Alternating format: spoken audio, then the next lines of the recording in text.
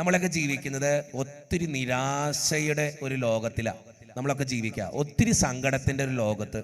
ഞാൻ വന്നപ്പോൾ തൊട്ട് നിങ്ങളോട് ചിരിക്കാൻ പറഞ്ഞതെന്നറിയോ? സൈഡിലേക്ക് നോക്കി ചിരിക്കാൻ പറഞ്ഞതെന്നറിയോ? ഞാൻ അവിടെ ഇരുന്നിട്ട് ഈ പിന്നിൽ നിന്നിട്ട് കുറേ നേരമായി നിങ്ങളെ നോക്കണു. എല്ലാത്തിൻ്റെ മുഖം ഇരിക്കുന്നത് എങ്ങനെയാണെന്നറിയോ?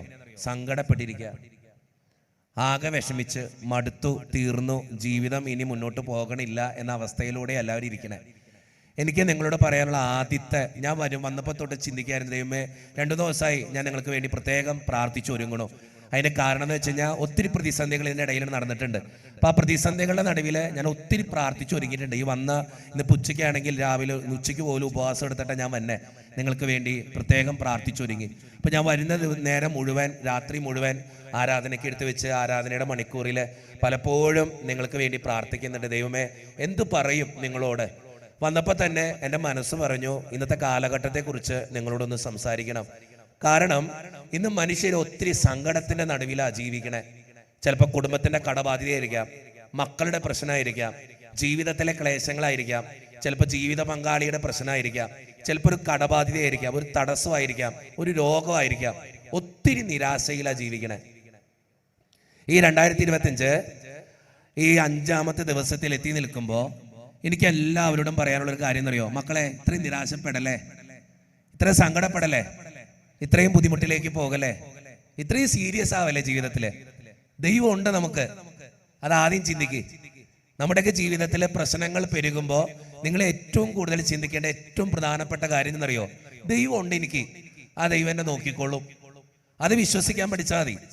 ജീവിതത്തിൽ ഒരു പ്രതിസന്ധി വരുമ്പോൾ, ഒരു സങ്കടം വരുമ്പോൾ തഴയപ്പെട്ടു അല്ലെങ്കിൽ തീർന്നു, മടുത്തു, ജീവിതം അവസാനിപ്പിക്കാം എന്നുള്ള ചിന്തയിലേക്കൊന്നും പോകല്ലേ. ദൈവം ഉണ്ട്, അതാദ്യം വിശ്വസിക്കുക. വലതുകരം ഉയർത്തി പറഞ്ഞേ ഹല്ലേലൂയ, ഹല്ലേലൂയ, ഹല്ലേലൂയ, ഹല്ലേലൂയ. അപ്പൊ ജീവിതത്തിൽ എപ്പോഴും ചിന്തിക്കുക, എൻ്റെ കൂടെ എൻ്റെ ദൈവം ഉണ്ട്, ആ ദൈവം എന്നെ നോക്കിക്കൊള്ളും. ജീവിതത്തിൽ ഒരു പ്രശ്നം വരുമ്പോൾ തീർന്നു, മരിച്ചാൽ അതി ചിന്തിക്കല്ലേ, ദൈവം നോക്കിക്കൊള്ളന്നെ. എത്ര വലിയ പ്രതിസന്ധിയാണെങ്കിലും, എത്ര വലിയ സങ്കടമാണെങ്കിലും, എത്ര വലിയ ബുദ്ധിമുട്ടാണെങ്കിലും എൻ്റെ ദൈവത്തിന് അറിയാം എനിക്ക് ബുദ്ധിമുട്ടാണ്. ആ ദൈവം എന്നെ നോക്കിക്കൊള്ളും. ഇന്ന് രാവിലെ, ഇന്ന് ഞായറാഴ്ച, നല്ല തിരക്കുള്ള ദിവസമാണ്. എൻ്റെ പള്ളിയിൽ 2 ആരാധനയ്ക്ക് ശേഷം ഞാൻ ഇരിക്കുമ്പോൾ എനിക്കൊരു കോള് വന്നു. ഒരു ജോസ് എന്ന് പറഞ്ഞ ഒരു ചേട്ടനെ വിളിക്കണേ. അച്ഛാ, എനിക്ക് ജീവിക്കണ്ട അച്ഛാ. എന്നെ വിളിക്കണത് എങ്ങനെയാ? ജീവിക്കണ്ട, മടുത്തു, ജീവിതം തീർന്നു, ഒത്തിരി കടബാധ്യത ഉണ്ട് അച്ഛാ, 3 കോടി കടമുണ്ട് എനിക്ക്, ഇതെങ്ങനെ തീർക്കുമെന്ന് എനിക്ക് അറിയാൻ പാടില്ല അച്ഛാ. എൻ്റെ മക്കൾ പഠിക്കുക, അതിനെ പഠിപ്പിക്കാൻ പറ്റണില്ല. എൻ്റെ ജീവിത പങ്കാളിക്ക് ക്യാൻസറാ, ചികിത്സിക്കാൻ പറ്റണില്ല, എനിക്കതിനുള്ള കാശില്ല അച്ഛാ. ഞാൻ പള്ളി പോകണ്ട, പ്രാർത്ഥിക്കണ്ട, എല്ലാ കാര്യങ്ങളും ചെയ്യണ്ടേ, പിന്നെ എന്തിയേ ദൈവം എൻ്റെ കാര്യത്തിൽ ഇടപെടാത്തെ? ഇതാണ് ചോദ്യം. ഞാൻ പറഞ്ഞു, ജോസേട്ടാ അങ്ങനെ പറയലേ. ഈ പുള്ളി പറയാ, പിന്നെ അച്ഛാ ഞാൻ എല്ലാ ദിവസവും പള്ളി പോയി, ഇന്നും കൂടി പള്ളി പോയിട്ടാ അച്ഛനെ വിളിക്കണേ. അത്രമാത്രം കരഞ്ഞോണ്ടാ, പ്രാർത്ഥിച്ചിട്ടാ, പള്ളിയിൽ നിന്ന് വന്നിട്ട് ഞാൻ അച്ഛനെ വിളിക്കണേ. എന്തിയാ അച്ഛൻ ഞങ്ങളുടെ ജീവിതത്തിൽ ഇങ്ങനെ? എന്തേ ഇത്രയും പ്രശ്നങ്ങള്? എന്തേ ഇത്രയും ബുദ്ധിമുട്ടുകള്? എന്തേ ഇത്രയും സങ്കടങ്ങള്? എന്തേ ദൈവം കാണാത്ത? ഇത് നമ്മുടെ എല്ലാവരുടെയും ഒരു ചോദ്യാ. ദൈവം എന്തുകൊണ്ടാ ഇങ്ങനെ? 2024 ഇങ്ങനെ പോയി, 2025 ഇങ്ങനെ തന്നെയാണോ? നമ്മൾ ചിന്തിക്കുന്ന ഒരു ചിന്ത ഇതൊക്കെ. പക്ഷെ എനിക്ക് നിങ്ങളോട് എല്ലാവരോടും പറയാനുള്ള കാര്യം അറിയോ? മക്കളെ, ദൈവമുണ്ട്, ആ ദൈവത്തിന് അറിയാം നമ്മളെ നോക്കാൻ. ജീവിതത്തിൽ എത്ര വലിയ പ്രതിസന്ധിയാണെങ്കിലും ചിന്തിക്ക്, എൻ്റെ തമ്പുരാൻ എന്നെ കൃത്യമായിട്ട് അറിയാം. ആ ദൈവം എനിക്ക് വേണ്ടത് വേണ്ട സമയത്ത് കൃത്യമായിട്ട് തരും. വലുതാനം ഉയർത്തി പറഞ്ഞേ ഹല്ലേലൂയ, ഹല്ലേലൂയ, ഹല്ലേലൂയ. നമ്മൾ വായിക്കുന്ന വളരെ സുന്ദരമായൊരു വചനമാണ്. എനിക്ക് ഈ ബൈബിളിലെ ഏറ്റവും ഇഷ്ടപ്പെട്ടൊരു വചനം കേട്ടോ. 1 യോഹന്നാൻ 4:4. ആർക്കെങ്കിലും അറിയോ? 1 യോഹന്നാൻ 4:4. 1 യോഹന്നാൻ 4:4. നിങ്ങൾ ഈ സത്യവേദ പുസ്തകം ഒന്നും കൊന്നിട്ടില്ലേ? ഒന്ന് എടുക്കണം എന്നുള്ളതാ കേട്ടോ. 1 യോഹന്നാൻ 4:4. സാധാരണ ഞങ്ങളുടെ പള്ളിയിലൊക്കെ ഞാൻ പറയാറുണ്ട്, നിങ്ങൾ ഈ മറ്റേ യാക്കോബൈറ്റ്സൊക്കെ കണ്ടുപിടിക്കണമെന്ന്. കാരണം അവരൊക്കെ പള്ളിയിൽ പോകുമ്പോൾ സത്യവേദ പുസ്തകമൊക്കെ കയ്യിലുണ്ടാവും എപ്പോഴും. നിങ്ങളുടെ കയ്യിലൊന്നും ഇല്ലേ? നല്ല കാര്യം കേട്ടോ. എന്തോ കാണാമെന്നൊക്കെ കാണുന്ന പോലെ ഇരിക്കണ്ടല്ലോ. എന്തെങ്കിലും ആവട്ടെ, ഞാൻ പറഞ്ഞുതരാം വചനം കേട്ടോ. 1 യോഹന്നാൻ 4:4. ആർക്കെങ്കിലും അറിയോ? ആ കുഞ്ഞുമക്കളെ, നിങ്ങൾ ദൈവത്തിൽ നിന്നുള്ളവരാകുന്നു, നിങ്ങൾ വ്യാജ പ്രവാചകന്മാരെ കീഴ്പ്പെടുത്തിയിരിക്കുന്നു. എന്തെന്നാൽ നിങ്ങളുടെ ഉള്ളിലുള്ളവൻ ലോകത്തുള്ളവനേക്കാൾ വലിയവനാണ്. ജീവിതത്തിൽ എപ്പോഴും ഏത് പ്രതിസന്ധി വരുമ്പോഴും ചിന്തിക്കേണ്ട ഏറ്റവും പ്രധാനപ്പെട്ട ഒരു വചനത്, നിങ്ങളുടെ ഉള്ളിലുള്ളവൻ ഈ ലോകത്തുള്ളവനേക്കാൾ വലിയവനാണ്. സൈഡിലുള്ളവർക്ക് ഷെയ്ക്കാൻ്റെ അടുത്തേ ഞാൻ നിങ്ങൾ വെറുതെ ഇരുത്താൻ സമ്മതിക്കില്ല കേട്ടോ. ഷെയ്ക്കാൻ്റെ കൊടുക്കേ, നേരത്തെ കൊടുത്ത ആൾക്ക് തന്നെ കൊടുക്കുക. ഇന്ന് എന്ത് പറഞ്ഞാലും ആൾക്ക് തന്നെ കൊടുത്താൽ മതി കേട്ടോ. വേറെ ആർക്കും കൊടുക്കാൻ പോണ്ട, ആൾക്ക് കൊടുക്ക്. ലോകത്തുള്ള എല്ലാവർക്കും കൊടുക്കണ്ട, ഒരാൾക്ക് കൊടുത്താൽ മതി കേട്ടോ. ഇനി 3 പേര് ഇരിക്കണമെങ്കിൽ 3 പേര് പിടിച്ചോ, നോ പ്രോബ്ലം. നിങ്ങൾ ആരെ പിടിച്ചാലും കുഴപ്പമില്ല, പിടിച്ചാൽ മതി. പിടിച്ചോ, കൈ പിടിച്ചോ, ഷെയ്ക്കാൻ്റെ എടുത്തോ. ഞാൻ അയാളെ നോക്കിയിട്ട് ഈ വചനം ഒന്ന് പറയാൻ പോവാ കേട്ടോ. 1 യോഹന്നാൻ, ഉച്ചത്തിപ്പറ, 1 യോഹന്നാൻ 4:4. ഒന്നും കൂടിയും പറ, 1 യോഹന്നാൻ 4:4. എന്താ വചനം? നിങ്ങളുടെ ഉള്ളിലുള്ളവൻ, ഉച്ചത്തിപ്പറ, അതിന്റെ മുഖത്തോക്കി പറ, നിന്റെ ഉള്ളിലുള്ളവൻ, മുഖത്തോക്കി പറ, നിന്റെ ഉള്ളിലുള്ളവൻ ലോകത്തുള്ളവനേക്കാൾ വലിയവനാണ്. അതുകൊണ്ട് നീ വിഷമിക്കരുത്, സങ്കടപ്പെടരുത്. ദൈവമുണ്ട് നിന്റെ കൂട്ടിന്. ഒന്നുകൂടി പറ, അതുകൊണ്ട് നീ വിഷമിക്കരുത്, സങ്കടപ്പെടരുത്. ദൈവമുണ്ട് നിന്റെ കൂട്ടിന്. വിട്ടോ, മതി. ജീവിതത്തിൽ എപ്പോഴും ഇത് ചിന്തിക്ക്. എത്ര വലിയ പ്രതിസന്ധിയാണെങ്കിലും ചിന്തിക്ക്, ദൈവം ഉണ്ട് എനിക്ക്, ആ ദൈവം എന്നെ നോക്കിക്കൊള്ളും. എത്ര വലിയ സങ്കടമാണെങ്കിലും ദൈവത്തിന് മാറ്റാൻ പറ്റുന്നേ. നമ്മൾ ഓർക്കേണ്ട കാര്യം അറിയോ? ഒരു പ്രതിസന്ധി വരുമ്പോൾ നമ്മൾ പെട്ടെന്ന് ചിന്തിക്കും, ദൈവമേ എല്ലാം തീർന്നു. ഇടവേ നിങ്ങളൊന്ന് ചിന്തിച്ചു നോക്കേ, കോവിഡ് വന്നു, ദൈവം ഇരിക്കാല്ലേ, നമ്മള് ഇപ്പടി ഇരിക്കാല്ലേ. വെള്ളപ്പൊക്കം വന്നു, ഇവിടെ വന്നെങ്കിൽ വന്നു എന്ന് പറ. ഇല്ലേ, അടുത്ത പ്രാവശ്യം ഉണ്ടാവട്ടെ, കർത്താവിനോട് പ്രാർത്ഥിക്കാം. കാരണം വന്നാലല്ലേ അനുഭവിക്കാൻ പറ്റുള്ളൂ. നിങ്ങൾ ചിന്തിച്ചു നോക്കിയേ, എന്തോരം ദുരാനുഭവങ്ങളിലൂടെ നമ്മൾ ജീവിച്ചിട്ടുണ്ട് ഇതുവരെ. ഈ നിമിഷം വരെ എന്തോരം ആക്സിഡന്റ് കേസുകളുണ്ടായി, എന്തോരം ബുദ്ധിമുട്ടുകളുണ്ടായി, എന്തോരം ജീവിതത്തിന്റെ മുന്നിൽ ഇങ്ങനെ പകച്ചു നിന്നുണ്ട്, എന്ത് ചെയ്യുന്നറിയാതെ. അപ്പോഴൊക്കെ കാത്ത ദൈവം ഇന്നും നമ്മുടെ കൂടെ ഉണ്ട്.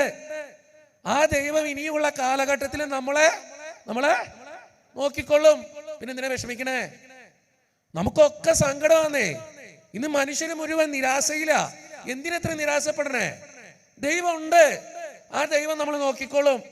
ജീവിതത്തിൽ എത്ര വലിയ പ്രതിസന്ധി ആണെങ്കിലും സങ്കടമാണെങ്കിലും ചിന്തിക്ക്, എൻ്റെ തമ്പുരാന് അസാധ്യമായിട്ട് ഈ ലോകത്തിലെ ഒന്നുമില്ല. നമുക്കറിയാം, നമ്മുടെ ചുറ്റുപാടൊക്കെ പ്രശ്നങ്ങളാ, എല്ലായിടത്തും പ്രശ്നങ്ങളാ, കുടുംബത്തിലും പ്രശ്നങ്ങളാ. ഈ ഒരു പ്രശ്നത്തിന്റെ ലോകത്ത് നമ്മൾ ജീവിക്കണേ. പക്ഷേ ചങ്കില് കൈവച്ചിട്ട് ചിന്തിച്ചു നോക്ക്, എൻ്റെ ഈ പ്രശ്നങ്ങളുടെ നടുവില് ഇന്ന് വരെ, ഈ നിമിഷം വരെ എന്നെ കാത്തത് എൻ്റെ ദൈവ. ആ ദൈവം ഇനിയുള്ള കാലഘട്ടത്തിലും എന്നെ നോക്കിക്കൊള്ളും. അത്രയും ചിന്തിച്ചാൽ മതി. ഒരു സിമ്പിൾ കാര്യം ചോദിച്ചോട്ടെ, ഇത്രയും നാള് നിങ്ങൾ ജീവിച്ചത് നിങ്ങളുടെ മാത്രം കഴിവുകൊണ്ടാണോ? ഉത്തരം പറ, ഉച്ചത്തി പറ. ആണോ? അല്ല. നിങ്ങളുടെ മാത്രം പ്രാപ്തി കൊണ്ടാണോ? അല്ല. നിങ്ങൾ ഇത്രയും നാൾ ഓരോ കാര്യങ്ങൾ ചെയ്തതും സമ്പാദിച്ചതും ഒക്കെ നിങ്ങളുടെ മാത്രം കഴിവാണെന്ന് പറയാൻ പറ്റുമോ? ഇല്ല. ഇത്രയും നാള്, ഈ നിമിഷം വരെ, ഈ സെക്കൻഡ് വരെ നിങ്ങളെ ദൈവം കാത്തിട്ടുണ്ട്. നമ്മൾ ശ്വസിക്കുന്നത് പോലും ദൈവത്തിന്റെ കാരുണ്യം കൊണ്ടാണോ? എത്രയോ പേര് ശ്വസിക്കാൻ പറ്റാതെ ജീവിക്കുന്നുണ്ട്, എത്രയോ പേര് എഴുന്നേറ്റ് നിൽക്കാൻ ബുദ്ധിമുട്ടുന്നുണ്ട്, എത്രയോ പേര് അസുഖത്തിന്റെ നടുവില് ഒന്ന് ജീവിക്കാൻ കഷ്ടപ്പെടുന്നുണ്ട്. നമ്മളൊരു കുഴപ്പമില്ലാണ്ട് ഇപ്പോഴും ഇവിടെ ഇരിക്കണില്ലേ? വലിയ ചെറിയ അസുഖമൊക്കെ ഉണ്ടെങ്കിലും ഇപ്പോഴും ജീവിക്കാൻ പറ്റണില്ലേ? നടക്കാൻ പറ്റണില്ലേ? ചിരിക്കാൻ പറ്റണില്ലേ? മറ്റുള്ളവരുടെ മുമ്പിലൊന്നും നിൽക്കാൻ പറ്റണില്ലേ? എടോ, ഇത്രയ്ക്ക് മതിയില്ലേ ജീവിക്കാൻ? ദൈവം ഉണ്ട്, ആ ദൈവം നമ്മളെ നോക്കണ്ട് ഇതുപോലെ. പിന്നെ എന്തിനാ ഇത്രയും സങ്കടപ്പെടണേ? ഒരു കഷ്ടപ്പാട് വരുമ്പോഴേക്കും, ഒരു ബുദ്ധിമുട്ട് വരുമ്പോഴേക്കും ദൈവമേ തീർന്നു തീർന്നു തീർന്നു. നമ്മൾ പാടുന്നൊരു പാട്ടുണ്ട് കേട്ടോ, നമ്മൾ എപ്പോഴും പാടുന്ന, നമ്മുടെ പഴമക്കാരൊക്കെ പാടിക്കൊണ്ടിരുന്നൊരു പാട്ടാ. പാട്ടിന്റെ വരികൾ പാടുമ്പോൾ നിങ്ങൾക്കറിയാം. സിയോൻ യാത്രയതിൽ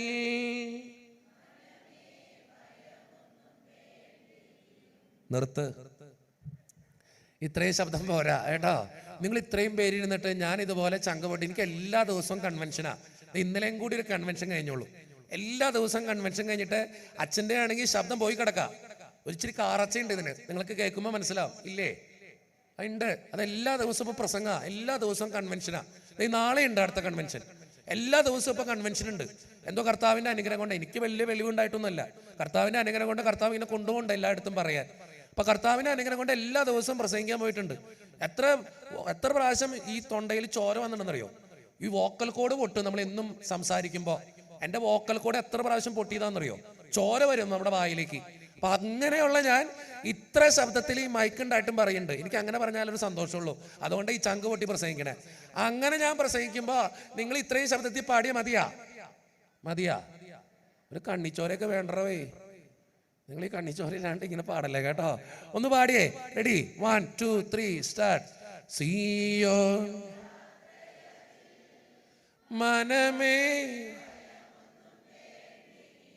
ഒന്നും കൂടി. സിയോൻ യാത്രയതിൽ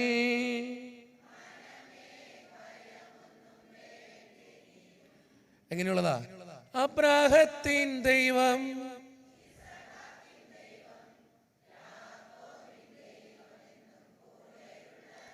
ഒന്നും കൂടി.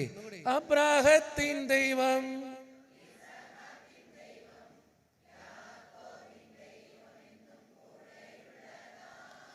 സിയോൻ യാത്രയതിൽ മനമേ. മതി. എന്നിട്ട് ആ വരികൾ ശ്രദ്ധിച്ചു നോക്കിയേ. നമ്മൾക്ക് എല്ലാവർക്കും അറിയുന്ന പാട്ടല്ലേ? സിയോൻ യാത്രയതിൽ മനമേ, ഭയമൊന്നും വേണ്ട. ജീവിതത്തിൽ ഭയമൊന്നും വേണ്ടെന്ന്. പിന്നെ എങ്ങനെയുള്ള ദൈവം കൂടെയുള്ളേ? അബ്രാഹത്തിൻ ദൈവം, ഇസ്ഹാക്കിൻ ദൈവം, യാക്കോബിൻ ദൈവം കൂടെയുണ്ടെന്ന്. പിന്നെ എന്തിനാ പേടിക്കണേ? എൻ്റെ അപ്പൻ എപ്പോഴും പാടുന്നൊരു പാട്ടുണ്ട്. എനിക്ക് ഏറ്റവും ഇഷ്ടപ്പെട്ടൊരു പാട്ടാണ് കേട്ടോ. എനിക്ക് ഏറ്റവും ഇഷ്ടപ്പെട്ട ക്രിസ്തീയ ഭക്തിഗാനങ്ങളിൽ എനിക്ക് ഏറ്റവും ഇഷ്ടപ്പെട്ട പാട്ടാണ്. നിങ്ങൾ ഈ ലോകത്ത് എവിടെയൊക്കെ പോയി പാടിയാലും, എവിടെയൊക്കെ ക്രിസ്ത്യാനികളുണ്ടോ അവരെല്ലാവരും പാടുന്നൊരു പാട്ടാണ്. എല്ലാവർക്കും അറിയാവുന്നൊരു പാട്ട്. ജീവിതത്തിൻ്റെ ഏത് പ്രതിസന്ധിയിലും നമുക്ക് പാടാവുന്നൊരു പാട്ടാണ്. എനിക്ക് ഏറ്റവും ഇഷ്ടപ്പെട്ടൊരു പാട്ട്. ഞാൻ എൻ്റെ തുടക്കം പാടുമ്പോൾ നിങ്ങൾക്ക് തന്നെ അറിയാൻ പറ്റും. ജീവിതത്തിലെ എത്ര വലിയ സങ്കടത്തിൻ്റെ നടുവിലൂടെയാണ് നിങ്ങൾ കടന്നു പോകുന്നതെങ്കിലും നിങ്ങൾ ഈ പാട്ടൊന്ന് ചിന്തിച്ചതേ. കണ്ണുനീർ താഴ്വരയിൽ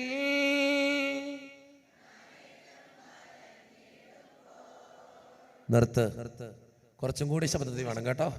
ഞാൻ നിങ്ങളുടെ ശബ്ദമാണ് പ്രതീക്ഷിക്കുന്നത്. നിങ്ങളൊന്ന് ആക്റ്റീവായിട്ട് ഇത് ചെയ്യാൻ വേണ്ടിയിട്ടാണ്, തിരിച്ച് റെസ്പോണ്ട് ചെയ്യാൻ വേണ്ടിയിട്ടാണ് അച്ഛൻ നിങ്ങൾ കുറച്ചും കൂടി ശബ്ദത്തിൽ പറയാൻ വേണ്ടി. നിങ്ങൾ നന്നായിട്ട് പാടുന്നുണ്ട് കേട്ടോ. നിങ്ങൾ സൂപ്പറാ കേട്ടോ, സൂപ്പറാ. ഒന്നും കൂടി ഒന്ന് പാടിയാൽ മതി. Ready, 1 2 3 start. കണ്ണുനീർ താഴ്വരയിൽ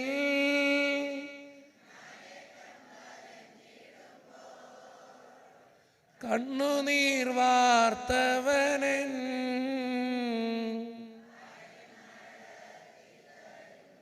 അടുത്ത വരി.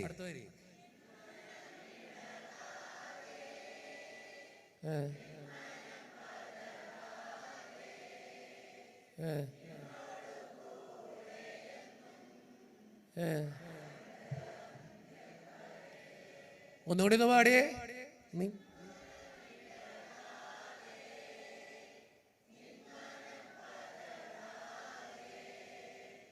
നിന്നോട് കൂടെയെന്നും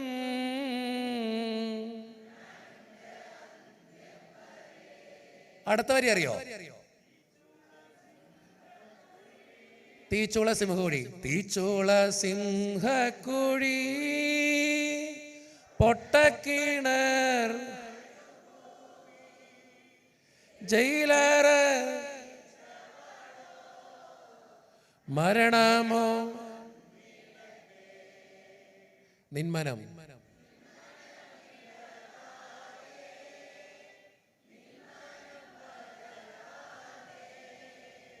നിന്നോട് കൂടെയെന്നും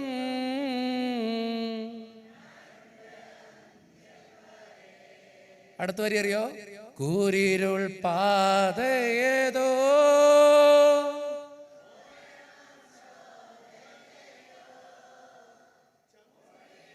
നേരമതിൽ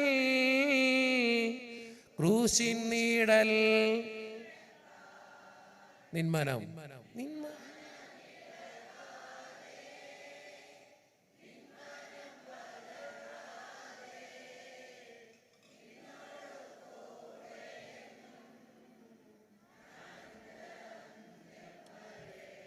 അടുത്ത കാര്യം കൂടി അറിയോ? കാലങ്ങൾ കാത്തിടണോ നാദ ആഗമനം തീർത്തിടുവാ.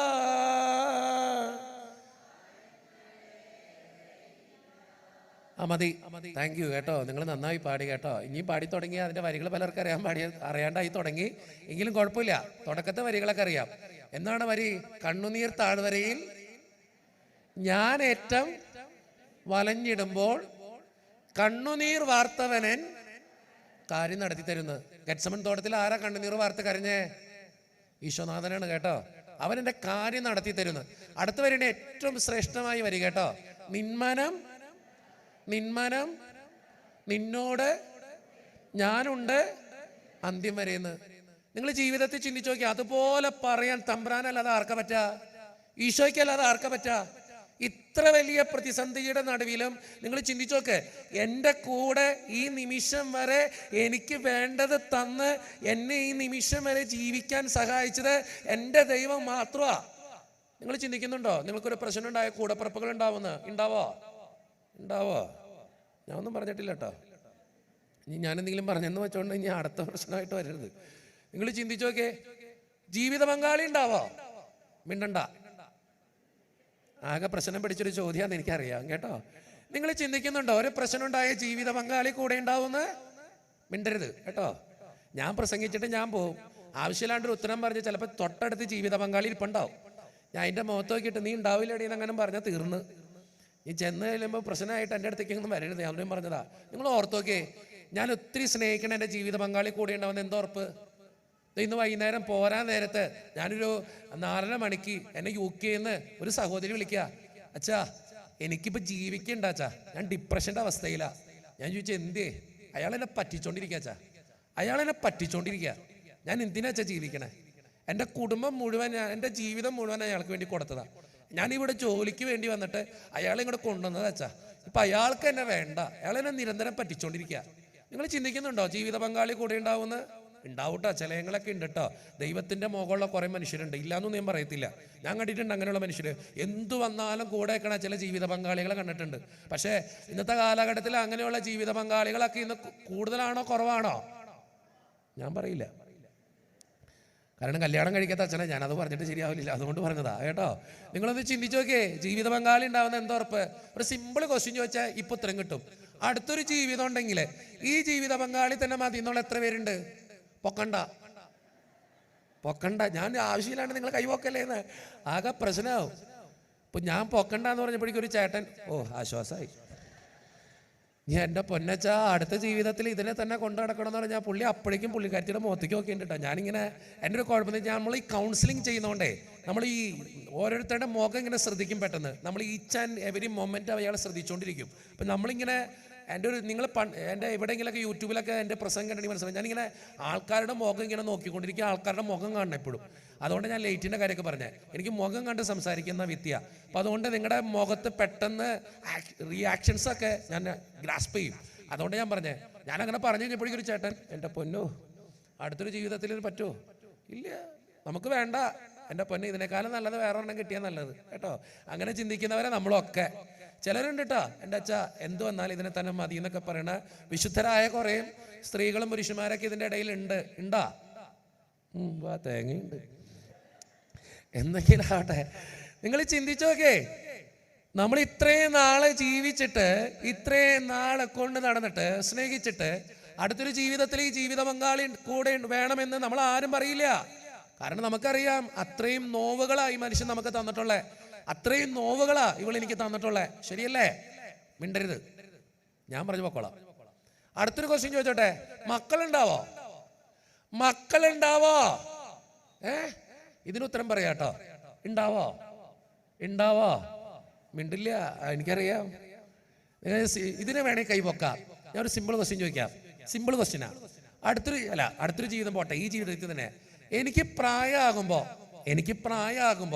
എൻ്റെ മക്കള് എന്നെ നോക്കുമെന്ന് ഉറപ്പുള്ള മാതാപിതാക്കന്മാര് ഒന്ന് കൈവെക്കേ. എനിക്കൊരു സന്തോഷം കൊണ്ടെന്ന് അറിയാനാ. എനിക്ക് പ്രായമാകുമ്പോ എൻ്റെ മക്കള് എന്നെ നോക്കുമെന്ന് ഉറപ്പുള്ള, അവിടെ ഇരിക്കുന്ന ഒരു കൊച്ചു അമ്മയോട് പറയണ്ട, അമ്മയെ പൊക്കിക്കോ, ഞാൻ നോക്കിക്കോളാം. ഞാൻ അതിനെ ഓർത്ത് ഞാൻ അമ്മ വിഷമിക്കണ്ട, ചേച്ചി പൊക്കിക്കോ, എന്തൊക്കെയാലും കുഴപ്പമില്ല കേട്ടോ. ഇവിടെ ഇരിക്കണ പല കൊച്ചങ്ങൾ ഇപ്പം അപ്പൻ്റെ അമ്മയുടെ മുഖത്ത് നോക്കണ്ട്, പൊക്കണില്ല എൻ്റെ അതെന്താ കേട്ടോ. കൈവൊക്കെ ഞാനൊന്ന് നോക്കട്ടെ. മക്കൾ നോക്കുന്ന ഉറപ്പുള്ള മാതാപിതാക്കന്മാരെന്ന് കൈവൊക്കെ. 2, 4, 6, 8, 10, 12, ഞാനൊരു 100 പേര് ഇവിടെ ഇട്ടേക്കണു. അത്രയൊന്നും ഇല്ല. നിങ്ങൾ വയ്ക്ക് നോക്കട്ടെ. ഇവിടെ കുറവാ പുരുഷന്മാരിരിക്കുന്നുണ്ട്, ഒരു ഉറപ്പില്ല പുള്ളിക്കാരന്മാർക്ക് കേട്ടോ. ഒരു 50 പേര് പൊക്കിയിട്ടുണ്ട്. ഒരു 150 പേര് ഞാൻ കൈവൊക്കി ഞാൻ സമ്മതിച്ചേക്കണു. കൈ താത്തിക്ക. ബാക്കിയുള്ളവർക്ക് എന്താ പിള്ളേരില്ലേ? പിള്ളേരുണ്ട്, പക്ഷേ നോക്കൂന്ന് ഉറപ്പില്ല. നിങ്ങൾ ചിന്തിച്ചു നോക്കിയേ. ഞാൻ സിമ്പിൾ കാര്യമല്ല ചോദിച്ചേ. നിങ്ങൾ ജീവിക്കുന്നത് ആർക്ക് വേണ്ടിയിട്ടാ? കേട്ടില്ല. ഞാനൊരു പൊട്ടനച്ചിരി ശബ്ദത്തിൽ പറ. മക്കൾക്ക് വേണ്ടിയിട്ട് ജീവിക്കണേ. മക്കൾക്ക് വേണ്ടി ജീവിച്ചിട്ടും മക്കള് നിങ്ങളെ നോക്കൂന്ന് ഉറപ്പില്ല. ബെസ്റ്റ് ലൈഫാട്ടോ. കൂടപ്പിറപ്പുകൾ ഉണ്ടാവോ? എൻ്റെ പൊന്നച്ച, ഒരു പ്രശ്നം ഉണ്ടായ ആദ്യം ഓടുന്നത് അവന്മാരാ. ശരിയല്ലേ? നിങ്ങൾ ചിന്തിച്ചു നോക്കേ. നമ്മൾ പറയാറുണ്ട് നമ്മുടെ നാട്ടിൽ ചോരയ്ക്ക് ചോരാന്ന്. എത്ര ചോരയുണ്ട് കൂടെപ്പാ? ഒരു പ്രശ്നം വന്ന എത്ര ചോരയുണ്ട് കൂടെ? നിങ്ങളൊന്ന് എണ്ണി നോക്ക്. ആത്മാർത്ഥമായിട്ടൊന്ന് ചിന്തിച്ചു നോക്ക്. ചിലപ്പോൾ ഒരു ജീവിത പങ്കാളി അതിനെ എവിടെ പോകാൻ പറ്റഞ്ഞിട്ട് കൂടെ ഉണ്ടാവും. ചിലപ്പോൾ അതിൻ്റെ ചോര ഓടിയിട്ടുണ്ടാവും. ഇപ്പോഴും ഉണ്ട്. കൂടപ്പിറപ്പുകളോട് മിണ്ടാത്തവരും സ്നേഹിക്കാത്തവരും അവരെ കണ്ട മാനിക്കാത്തവരും ഒക്കെ നമ്മുടെ ഇടയിലുണ്ട്, ഇല്ലേ? ഞാൻ ഒന്നും പറഞ്ഞിട്ടില്ല കേട്ടോ, കേട്ടാ മതി കേട്ടോ. സുഹൃത്തുക്കൾ ഉണ്ടാവോ? കറക്റ്റാ കേട്ടോ. നിങ്ങൾ ആത്മാർത്ഥമായിട്ട് ഒന്ന് ചങ്കത്ത് കൈവച്ചിട്ട് ഒന്ന് ചിന്തിച്ചു നോക്കി. ചങ്കത്ത് കൈവച്ചേ, എല്ലാം ചങ്കത്ത് കൈവച്ചേ, നെഞ്ചത്തൊന്ന് കൈവച്ചേ. ഇന്ന് ഈ നിമിഷം വരെ നിങ്ങൾ ഇവിടെ എത്തി നിൽക്കുക. ഇതുവരെയുള്ള ജീവിതത്തില് നിങ്ങളെ സ്നേഹിച്ചവരും നിങ്ങള് ചേർത്ത് പിടിച്ചവരും ഒരു പ്രതിസന്ധിയിൽ കൂടെ ഉണ്ടാകുമെന്ന് ഇതുവരെ നിങ്ങൾ വിശ്വസിച്ചവര് ആരെങ്കിലും നിങ്ങളുടെ കൂടെ ഇപ്പോഴും ഉണ്ടാ? ആത്മാർത്ഥമായിട്ട് ചങ്കത്ത് കൈവച്ചിട്ടൊന്ന് ചിന്തിച്ചു നോക്കിയേ. ഉണ്ട്.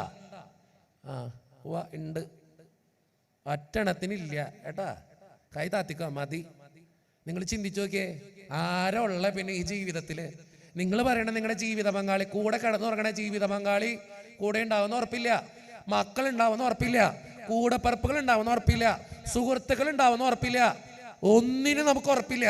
പക്ഷെ നിങ്ങൾ ചിന്തിക്കേണ്ട ഏറ്റവും മർമ്മപ്രധാനമായ കാര്യം എന്നറിയോ? ഒരു കാര്യം ഉറപ്പുണ്ട്. കാരണം എന്നറിയോ? അവൻ എൻ്റെ കൂടെ ഉണ്ടാവും. ആര്? എൻ്റെ ദൈവം എൻ്റെ കൂടെ ഉണ്ടാവും. ജീവിതത്തിന്റെ ഏത് പ്രതിസന്ധിയിലും ഏത് സങ്കടത്തിലും നീ ചിന്തിക്കേണ്ട ഏറ്റവും പ്രധാനപ്പെട്ട കാര്യത, എൻ്റെ തമ്പുരാൻ എൻ്റെ കൂടെക്കും. അതുകൊണ്ടാണ് തമ്പുരാൻ പറഞ്ഞേ, പെറ്റമ്മ നിന്നെ മറന്നാലും ഞാൻ നിന്നെ മറക്കില്ലെന്ന്. എത്ര വലിയ പ്രതിസന്ധിയുടെ നടുവിലും ചിന്തിക്കേണ്ട ഏറ്റവും പ്രധാനപ്പെട്ട കാര്യം അത്. എൻ്റെ തമ്പുരാൻ എന്നെ മറക്കില്ല. ചിലപ്പോൾ രോഗത്തിന്റെ നടുവിലായിരിക്കും ഞാൻ ജീവിക്കുന്നത്, കഷ്ടപ്പാടായിരിക്കും, സാമ്പത്തിക ഞെരുക്കായിരിക്കും. ചിന്തിക്ക്, എൻ്റെ തമ്പുരാൻ എന്നെ മറക്കില്ല. നമ്മൾ വായിക്കേണ്ട ഏറ്റവും സുന്ദരമായൊരു ജീവിതമാണ് അബ്രാഹത്തിന്റെ ജീവിതം. ഞാൻ പറയാതെ തന്നെ നിങ്ങൾക്കറിയാം അബ്രാഹത്തിന്റെ ജീവിതം കേട്ടോ. ദൈവം ഒത്തിരി അനുഗ്രഹിച്ചൊരു മനുഷ്യനായിരുന്നു അബ്രാഹം. എല്ലാം കൊടുത്തു ദൈവം അബ്രാഹത്തിന്. പക്ഷെ ഒരു കാര്യം മാത്രം കൊടുത്തില്ല. എന്തു കൊടുത്തില്ല? ഉത്തരം പറ. എന്തു കൊടുത്തില്ല? മക്കളെ കൊടുത്തില്ല. ആ മനുഷ്യൻ വർഷങ്ങളോളം പ്രാർത്ഥിച്ചു ഒരു കൊച്ചിനെ കിട്ടാൻ. വർഷങ്ങളോളം പ്രാർത്ഥിച്ചു. ആ ഒരു കൊച്ചിനെ ദൈവം കൊടുത്തു. വർഷങ്ങളോളം പ്രാർത്ഥിച്ചു കഴിഞ്ഞിട്ട് 100 വർഷത്തിൽ പരം പ്രാർത്ഥിച്ചു ആ മനുഷ്യൻ. ഒരു കൊച്ചിനെ കൊടുത്തു ദൈവം. ഒരു കൊച്ചിനെ കൊടുത്തു കഴിഞ്ഞപ്പോ താഴെ വെച്ച ഉറുമ്പരിക്കും തലയിൽ വെച്ച പേനരിക്കില്ലെന്ന് വെച്ചോണ്ട് കാക്കയ്ക്കും പൂച്ചയ്ക്കും കൊടുക്കാണ്ട് ആ കൊച്ചിനെ ആ മനുഷ്യൻ വളർത്തി വലുതാക്കി. ആ ഭാര്യയും ഭർത്താവും എല്ലാം കൊടുത്ത് സ്നേഹിച്ച് വളർത്തി വലുതാക്കി ഒരു പരിവെത്തിച്ചു കഴിഞ്ഞപ്പോ ഒരിക്കൽ തമ്പുരാൻ പറഞ്ഞു, നിന്റെ ആ കൊച്ചിനെ എനിക്ക് വേണ്ടി ബലിയർപ്പിക്കണോന്ന്. നിങ്ങളാണെങ്കിൽ കൊടുക്കോ? ഇല്ലെന്നാ. എന്തൊട്ട് തന്തകളത്? കൊടുക്കൂലേ? ദൈവം ചോദിച്ചാൽ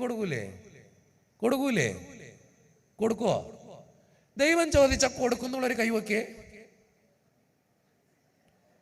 ഓ എൻ്റെ പൊന്നടവേ, എന്നെ തള്ളടാ തള്ളിയേ. നിങ്ങൾ കൊടുക്കുവോ? എന്നെ തള്ളിയേ. ഇവിടെ കുറെ പുരുഷന്മാർ കൊടുക്കാം. എൻ്റെ പൊന്നച്ച എങ്ങടെങ്കിലും പോട്ടെ, അങ്ങനെ പറഞ്ഞു കൊടുക്കുന്നതായിരിക്കും കേട്ടോ. എന്നെ സെമിനാരി വിട്ടത് അങ്ങനെ തന്നെ എൻ്റെ അമ്മ കേട്ടോ. ഞാൻ ഇപ്പോഴും ഓർക്കും. സാധാരണ സെമിനാരി വിടുമ്പോൾ ഞങ്ങൾ ഈ 10ാം ക്ലാസ് കഴിഞ്ഞിട്ട് സെമിനാരി ചേരുന്നല്ലേ, സാധാരണ നമ്മൾ സെമിനാരി വിടുമ്പോൾ മാതാപിതാക്കന്മാർക്ക് ഭയങ്കര ടെൻഷനാ, സങ്കടമാ. കാരണം കൊച്ച് പോയി കഴിഞ്ഞ് പിന്നെ 10-12 വർഷം കഴിഞ്ഞിട്ട് അച്ഛനായിട്ടാണ് തിരിച്ചു തന്നെ. അപ്പോൾ പിന്നെ ഈ കൊച്ചിനെ കാണാനായിട്ട് 6-7 മാസമൊക്കെ എടുക്കും കൊച്ചങ്ങൾ പോയിട്ട് വരാൻ. ഞാനാണെങ്കിൽ ഒടുക്കത്തെ വികൃതിയായിരുന്നു, ചെറിയ പ്രായത്തിൽ ഒടുക്കത്തെ വികൃതിയായിരുന്നു കേട്ടോ, ഒടുക്കത്തെ വികൃതി. ഞാൻ എപ്പോഴും പറയും ഞാൻ നല്ലൊരു വികൃതി ചെക്കനായിരുന്നു. പക്ഷെ ഇന്ന് തമ്പുരാൻ്റെ അനുഗ്രഹം കൊണ്ട് ഇങ്ങനെ പ്രസംഗത്തിനൊക്കെ തമ്പുരാൻ വിളിച്ചുകൊണ്ട് പോവുക. ഞാൻ എപ്പോഴും പറയും ഈ വികൃതിയുള്ള പിള്ളേർ വലുതാകുമ്പോൾ നല്ല പിള്ളേരായിരിക്കും കേട്ടോ. ചില മാതാപിതാക്കന്മാർ എൻ്റെ അടുത്ത് വന്ന് പറയും, എൻ്റെ അച്ഛാ കൊച്ചിനോട് എന്ത് പറഞ്ഞാലും ഇപ്പം അനുസരിക്കില്ല, എന്തോരം പറഞ്ഞാലും കേൾക്കത്തില്ല അച്ഛാ. എന്തൊരു തലവേദനയാണെന്നറിയോ കൊച്ചങ്ങൾ, ആകെ 2 അച്ഛാ, എന്തോരം തല്ലിയാലും ശരിയാവില്ല. ഞാൻ പറയുന്നറിയോ, ഈ കൊച്ചു പ്രായത്തിൽ വികൃതിയുള്ള പിള്ളേരായിരിക്കും വലുതാകുമ്പോൾ ഏറ്റവും നല്ല പിള്ളേര് കേട്ടോ കേട്ടോ. കാരണം പക്ഷെ ഒരു കാര്യം ചിന്തിച്ചോളാം, ചെറിയ പ്രായത്തിൽ ഒരു വികൃതിയും കാണിക്കാത്ത പിള്ളേരെ സൂക്ഷിച്ചോളാം. നമ്മുടെ നാട്ടിലൊരു പഴഞ്ചൊല്ലുണ്ട്, മിണ്ടാപ്പൂച്ച കാലോടയ്ക്കുമെന്ന്. നിങ്ങൾ ചിന്തിച്ചു നോക്കിക്കോ, ഒരു വികൃതിയില്ല തനി പാവം എന്ന് പറയണ പിള്ളേരെ സൂക്ഷിച്ചോ. ഇമാര് വലുതാകുമ്പോൾ ഈ വികൃതികളൊക്കെ ചെയ്യാൻ തുടങ്ങും. ഈ വികൃതിയായിട്ട് ഉള്ള ചെറിയ പിള്ളേരുടെ പ്രത്യേകത എന്നറിയോ, അവർ ചെറിയ പ്രായത്തിൽ വികൃതി കാണിക്കുമ്പോൾ തല്ല് കിട്ടി ശരിയാവും. ഈ വലിയവന്മാരുടെ കുഴപ്പം എന്നറിയോ, ഈ ചെറിയ പ്രായത്തിൽ വികൃതി കാണിക്കാത്ത പിള്ളേര് വലുതാകുമ്പോഴാണ് വികൃതി കാണിക്കാൻ തുടങ്ങണേ. അപ്പോഴവരെ തല്ലാൻ പറ്റുമോ? പറഞ്ഞാൽ കേൾക്കോ? ഇല്ല. ചെറിയ പ്രായത്തിൽ നിങ്ങളെ തല്ലി ശരിയായി വലുതാകുമ്പോഴേക്കും കുറച്ചൊക്കെ നന്നാവും കേട്ടോ. ഏറ്റവും നല്ലൊരു എക്സാമ്പിളാണ് ഞാൻ. കർത്താവിൻ്റെ കൃപ കൊണ്ട് അച്ഛനാകാൻ പോയതുകൊണ്ട് ദൈവത്തിൻ്റെ കൃപ കൊണ്ട് ഇങ്ങനെയൊക്കെ നിൽക്കണമെന്ന് മാത്രമേ ഉള്ളൂ. സത്യം പറയണേ, ഞാൻ ഇന്നും ഓർക്കുന്നറിയോ, സെമിനാറിൽ ഞങ്ങൾ 35 പേര് സെമിനാറിലേക്ക് കൊണ്ടുവന്നിടാൻ നേരത്ത് ഞാൻ നോക്കുമ്പോൾ 34 പേരുടെയും മാതാപിതാക്കൾ ഒടുക്കത്തെ കരച്ചിൽ. അവരുടെ എല്ലാവരുടെയും മാതാപിതാക്കൾ ഇരുന്ന് മക്കൾ പോകുന്നതിൽ സെമിനാരിൽ ചേരുന്നതിലുള്ള സങ്കടം, 6-7 മാസം കഴിഞ്ഞിട്ട് ഞാൻ കൊച്ചങ്ങളെ കാണാൻ പറ്റത്തുള്ളൂ സങ്കടം എന്നൊക്കെ വിചാരിച്ചുകൊണ്ട് ഞാൻ നോക്കുമ്പോൾ എല്ലാവരും ഒടുക്കത്തെ കരച്ചിൽ. ഞാൻ നോക്കുമ്പോൾ എൻ്റെ തള്ള മാത്രം ജന്മത്ത് കരയണില്ല. എൻ്റെ തള്ളയും എൻ്റെ തന്തയും, ഞാൻ സ്നേഹം കൊണ്ടായിട്ട് അവരെ തള്ളയും തന്നൊക്കെ വിളിക്കണേ. എൻ്റെ ഭാഷയിൽ അങ്ങനെയൊക്കെ വരും, നിങ്ങളങ്ങനെ ചിന്തിച്ചാൽ മതി. ഞാൻ എൻ്റെ എപ്പോഴും ഞാനങ്ങനെ കളിയാക്കൊക്കെ വിളിക്കും. അപ്പോൾ ഞാൻ നോക്കുമ്പോൾ എൻ്റെ അമ്മ മാത്രം എന്നെ നോക്കിയിട്ട് ചിരിച്ചോണ്ട് പറയാ, പൊക്കോ. എനിക്ക് പലപ്പോഴും തോന്നിയിട്ടുണ്ട് നോക്കാൻ പറ്റാഞ്ഞിട്ട് വിട്ടതായിരിക്കുന്നത്. പക്ഷെ എന്തോ ദൈവത്തിൻ്റെ അനുഗ്രഹം കൊണ്ട് ദൈവം ഇങ്ങനെ കൊണ്ടു നടക്കുന്നുണ്ട് കേട്ടോ. ഒത്തിരി ദൈവാനുഗ്രഹം കൊണ്ട് ഞാൻ കാര്യമായിട്ട് പറഞ്ഞ, ഇന്ന് എൻ്റെ അപ്പനും അമ്മയും ഒത്തിരി അഭിമാനിക്കുന്നുണ്ട്. ഞാനൊരു അച്ഛനായി ഇതിൽ ഒത്തിരി അഭിമാനിക്കുന്നുണ്ട്. ഞാൻ നിങ്ങളോട് പറയുന്നത് അറിയോ, ഇവിടെ പലരും അങ്ങനെയായിരിക്കും, ദൈവം ചോദിച്ചോ കൊടുക്കുമെന്ന് ചോദിച്ചപ്പോൾ കൊടുത്തേക്കാൻ കർത്താവേ, അങ്ങനെയാണോ വക്കിയേ? ആണോ? പിന്നെ അല്ലാണ്ട് മക്കളെ ദൈവം ചോദിച്ചോ നിങ്ങൾ കൊടുക്കോ? കൊടുക്കുന്നത് ഞാൻ കാണിച്ചു തരാം. ആ കൊച്ചിനൊരു അസുഖം വന്നാൽ നിങ്ങൾ എന്നെ പറയും, എൻ്റെ കർത്താവ് എന്തിനാ എൻ്റെ കൊച്ചിന് അസുഖം തന്നെ? ഒരു ക്യാൻസർ വന്ന അപ്പം പറയും, കർത്താവ് എന്തിനാ ക്യാൻസർ വന്ന്? ഭയങ്കര സങ്കടമാ. അങ്ങനെയുള്ള നിങ്ങളെങ്ങനെ കൊച്ചങ്ങളെ കൊടുക്കണേ? ഒരു തള്ളു കളിക്കണം. പുറത്തിരുന്ന് നന്നായി, ഇതിൻ്റെ അകത്തങ്ങനായിരുന്നു ഈ പൊളിഞ്ഞു പോയാനെ. സത്യമായിട്ട് ഈ പള്ളി പൊളിഞ്ഞു പോയാനെ ഇതുപോലെ തള്ളുകളിയ കേട്ടോ. മക്കളെ ചോദിച്ചാൽ കൊടുക്കാൻ പറ്റുമോ? എടാ പോയി സത്യം പറയാല, കൊടുക്കാൻ പറ്റത്തില്ല, നമുക്ക് പറ്റത്തില്ല. സത്യം പറയണേ. എന്നോടൊക്കെ തമ്പുരാൻ ചോദിച്ചെങ്കിൽ ഞാൻ കൊടുക്കില്ല എന്ന് പറഞ്ഞാൽ സത്യം, എനിക്ക് പറ്റത്തില്ല, എനിക്കില്ല കേട്ടോ. ഞാൻ പറഞ്ഞാൽ കൊടുക്കാൻ പറ്റത്തില്ല. കർത്താവ് എന്തൊട്ട് ചോദിച്ചത്. പക്ഷെ എനിക്ക് ബൈബിള് വായിക്കുമ്പോൾ ഇത്രയും ബഹുമാനം അബ്രാഹത്തോട് തോന്നാൻ കാരണം എന്നറിയോ, ആ മനുഷ്യനോട് തമ്പുരാൻ പറഞ്ഞു, നിന്റെ കൊച്ചിനെ എനിക്ക് വേണ്ടി ബലിയർപ്പിക്കണം. ബലിയർപ്പിക്കാന്ന് പറഞ്ഞാൽ ചെറിയ കാര്യമില്ല. സ്വന്തം കൊച്ചിന്റെ കൈകൾ ബന്ധിച്ച ഒരു കടാര കൊണ്ട് നെഞ്ചത്ത് കുത്തി ഇറക്കണം. ആ കടാര കൊണ്ട് നെഞ്ചത്ത് കുത്തി ഇറക്കി ആ ചോര കൊണ്ടാ ബലിയർപ്പിക്കണ്ടേ. ചോര കൊണ്ട് ഏതപ്പന പറ്റണത്? പക്ഷെ എനിക്ക് ഈ അബ്രാഹത്തിനോട് ഇത്രയും മതിപ്പും സ്നേഹവും ഈ ബൈബിള് വായിക്കുമ്പോൾ എനിക്ക് ഒത്തിരി ബഹുമാനവും തോന്നാൻ കാരണം എന്നറിയോ, ആ മനുഷ്യനോട് തമ്പുരാൻ പറഞ്ഞു, നിന്റെ കൊച്ചിനെ എനിക്ക് വേണ്ടി ബലിയർപ്പിക്കണം. ഇവനെന്താ ചെയ്തേ? ഇവൻ തിരിച്ചു ചോദിച്ച, കർത്താവേ എൻ്റെ കൊച്ചിനെ തന്നെ വേണോ? ചോദിച്ചാ ഇല്ല.